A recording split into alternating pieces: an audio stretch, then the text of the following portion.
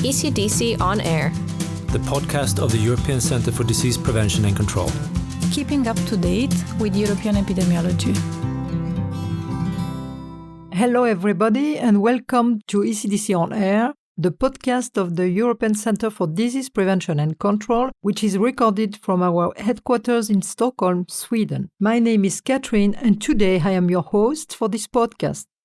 In this episode, we are going to talk about one of the activities performed by ECDC, which is not very known, namely the coordination of disease and laboratory network. We will focus in particular on a network that brings together experts who issue recommendations for the use of vaccines in the EU. We hope you enjoyed this discussion.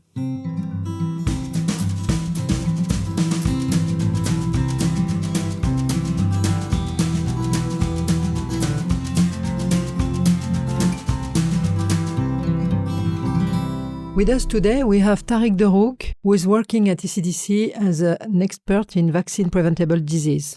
Hello, Tariq. Welcome to this podcast. Could you first introduce yourself and tell us what you are doing at ECDC and what brought you here?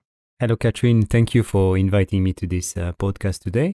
Well, I've been with ECDC for now 11 years. Throughout this time, I've been serving the Vaccine-Preventable Disease Program at ECDC. I have covered a number of functions. I must say the experience has been very rich, very varied, covering a number of topics from surveillance, response, scientific advice. And there has never been a time where I felt bored or doing anything repetitive at ECDC, and in particular when you deal with vaccine and vaccination programs.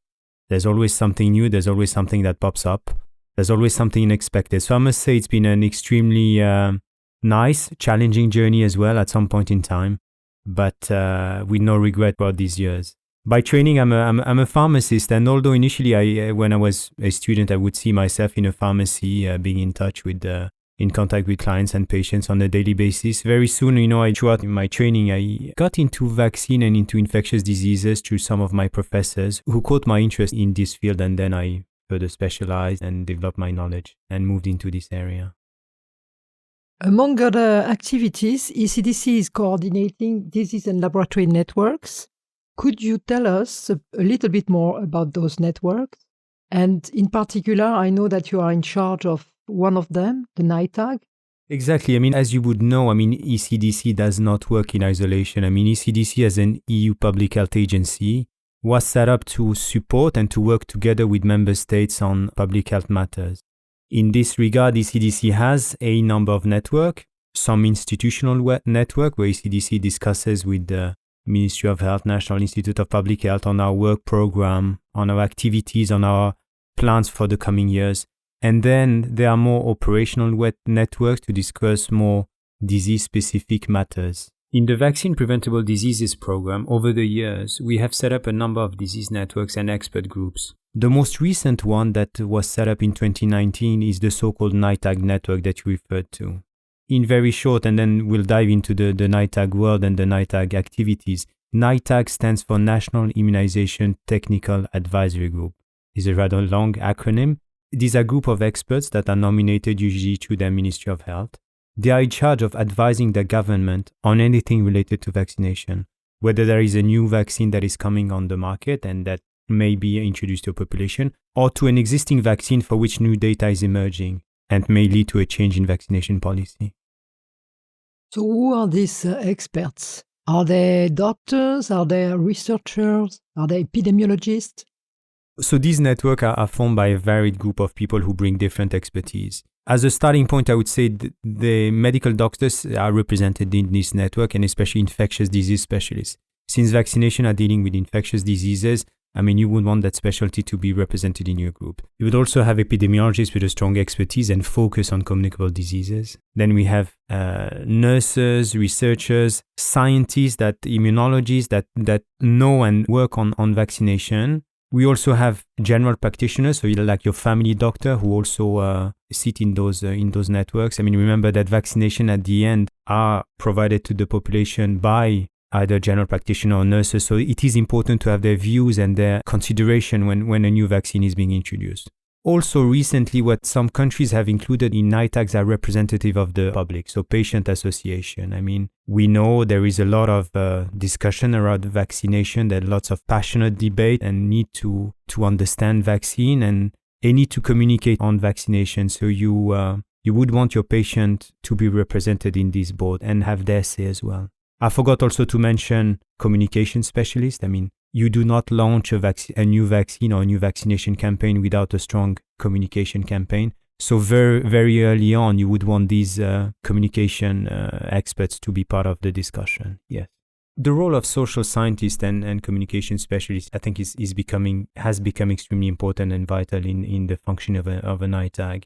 I mean, these are the ones who will help you translate the scientific information and the rationale for a new vaccine into a message that is understandable by the wider public. Nowadays, and even more, people want to understand how decisions are made, why they are made, and this has to be communicated very carefully to them. This is not about hiding or transforming the information. It's just about translating very scientific, technical information into into a set of understandable messages.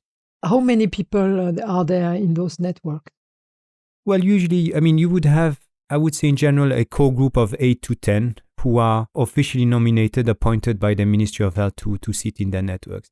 And then depending on the vaccine or depending on the topic that they are addressing, they would reach out to other researchers, other research groups, to university, to specific communication groups, to mathematical modelers who may support also their understanding of the impact of a vaccine when introduced in a large population.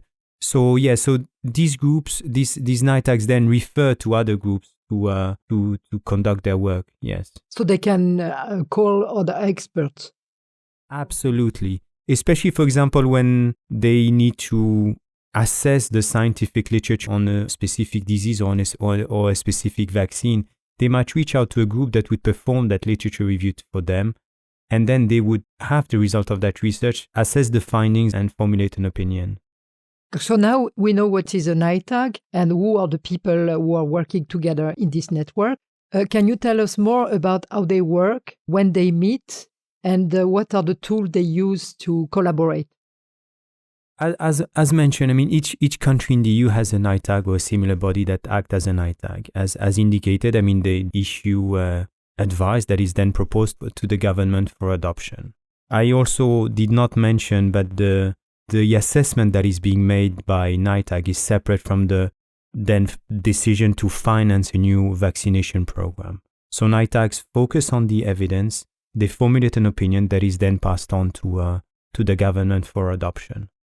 You may understand also that there may be competing priorities at national level on whether to introduce a new vaccine or to invest money in another public health program. And this is completely at national level, and this is decided by authorities, by countries themselves. So to be clear, they only have a consultative function.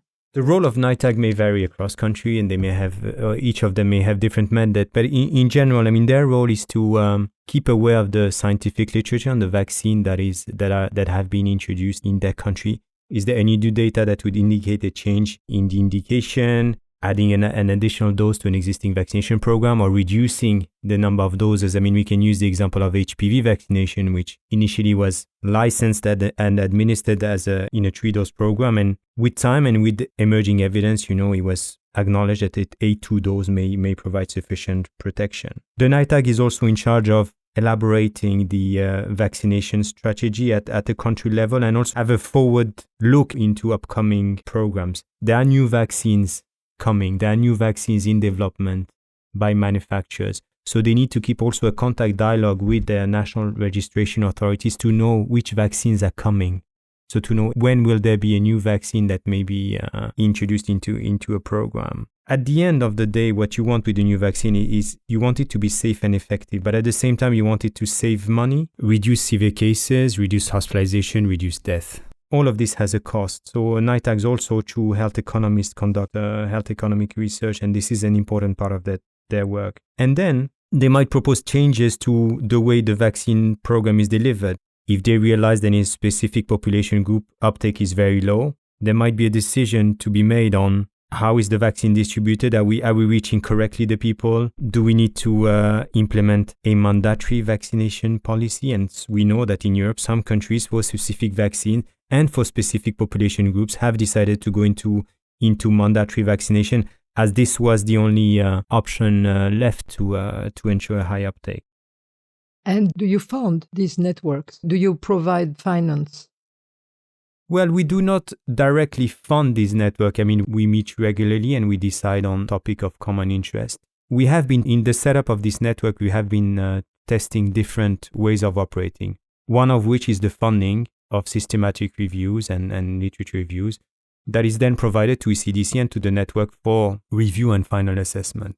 We have also been testing another model where one member state would conduct the literature review together with other member states. So basically, one would take the lead and others would join in and support the work. And through this, it was also a sharing of experience and also capacity building for some countries. One has to recognize that not all countries have the same human resource and technical capabilities to perform such work. I mean, this is quite intense, labor-intensive work, and some countries in the EU are better equipped in terms of simply human resources to do that work. So by setting up that network, there was also the intention to help those countries who have less capacities to still be able to engage in work and work collaboratively with others. All of this, forms part of the discussions that are taking place within NITAG. What is the added value of having these networks? I think the first added value is in the creation of that network is that individuals with similar functions and responsibility across the EU know each other, that they're able, to talk to one another even without our involvement. Although ECDC, is facilitating the discussion, organizing regular meetings. The other added value is the ability to work together, to share knowledge, to share expertise, to tackle scientific questions at the same time, and really to pull resources and knowledge together. And I think this is extremely relevant for member states, and this is the feedback that we receive on a constant basis. People are now able to work together, to learn from one another, and that can only serve a better decision-making at country level. And concretely, do those experts meet regularly? What is the frequency of the meetings? With COVID-19, this has completely changed. Since the start of 2021, we have had 25 meetings. So it's almost one meeting every other week. There has been a lot to discuss on COVID-19 vaccination. And we started discussion from when vaccines were about to come on the market, where countries needed to discuss with others on their priority groups for vaccination. Everybody was interested, every country was interested to hear what other countries' plans were. Who are you targeting first? Why? What data are you using to justify that you would start with that or the other population? So it's been a gradual discussion from the prioritization of COVID-19 vaccination programs, then moving on into a discussion around the safety. In the initial stages of the launch of the COVID-19 campaign, there have been safety signals. So we have worked very closely with our colleagues from the European Medicines Agency to bring also that knowledge back to the NITAGs. So what we want is also that NITAGs have first-hand information so they can make a decision. For COVID-19, there still is the need to have fast information and the most reliable information. Information goes fast, there is a lot happening. So it is our daily work basically to make sure that information is fed back to them as quickly as possible, So far, you are talking about European NITAGs. Are there any NITAGs in other countries? Yes, today we estimate that 80% of countries around the globe have a NITAG. Yeah. The World Health Organization is engaged into making sure that all countries have an independent body, a NITAG, that can make decision on introducing a new vaccine into a population. It's a major part of the activity on vaccination at the World Health Organization. We do work closely with the World Health Organization. They are aware of the network we have set up in the EU. They do join our meetings and they are always taking part in our discussion as much as we are taking part in their discussion. In the EU, the NITAGs have existed for a number of years. What we are really aiming to achieve is to facilitate a dialogue across NITAGs. They, as I mentioned earlier in this podcast, they do have very similar priorities. They do review the same literature, the same evidence. So why not do it together and share whenever that is possible? As a European citizen, how can I follow the work of this network? Are there websites or how can I find this information? Member states publish the advice that NITAGs issue. Transparency is essential. And in particular, when it comes to vaccination, the public, the media, everyone is interested to know what decisions are being made, what evidence is being reviewed, why is there a decision made to introduce a new vaccine, what is the impact, that is expected from a new vaccine. So yes, advice that is drafted by NITAGs is available online through National Ministry website, National Institute of Public Health. Yes, this is usually made extremely transparent to the public and to the population. This is extremely important. We've been discussing in another podcast the sensitivity around vaccination, the questioning that the population has. So I believe it is extremely important to share the decisions that are being made and why they are made. And people need to understand. We are in a stage where people are asking questions and need to understand. So there is, that these are interventions that are targeting the population. It is targeting them. So they need to have access to that information. This is extremely relevant and important. Are there different perspectives to tackle issues or a particular matter? I think more than differences across countries, what to highlight is the different, more than different perspective from each country. I think is different priority setting at country level. One country, for a particular reason, may decide to delay the introduction of a new vaccine.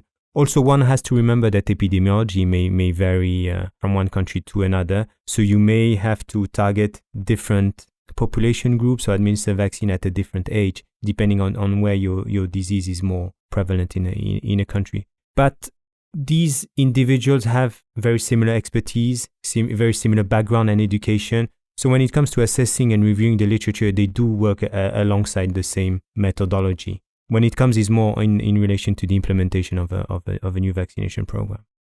This podcast is coming to its end. Thank you very much, Tariq, for this discussion. Thank you, Catherine.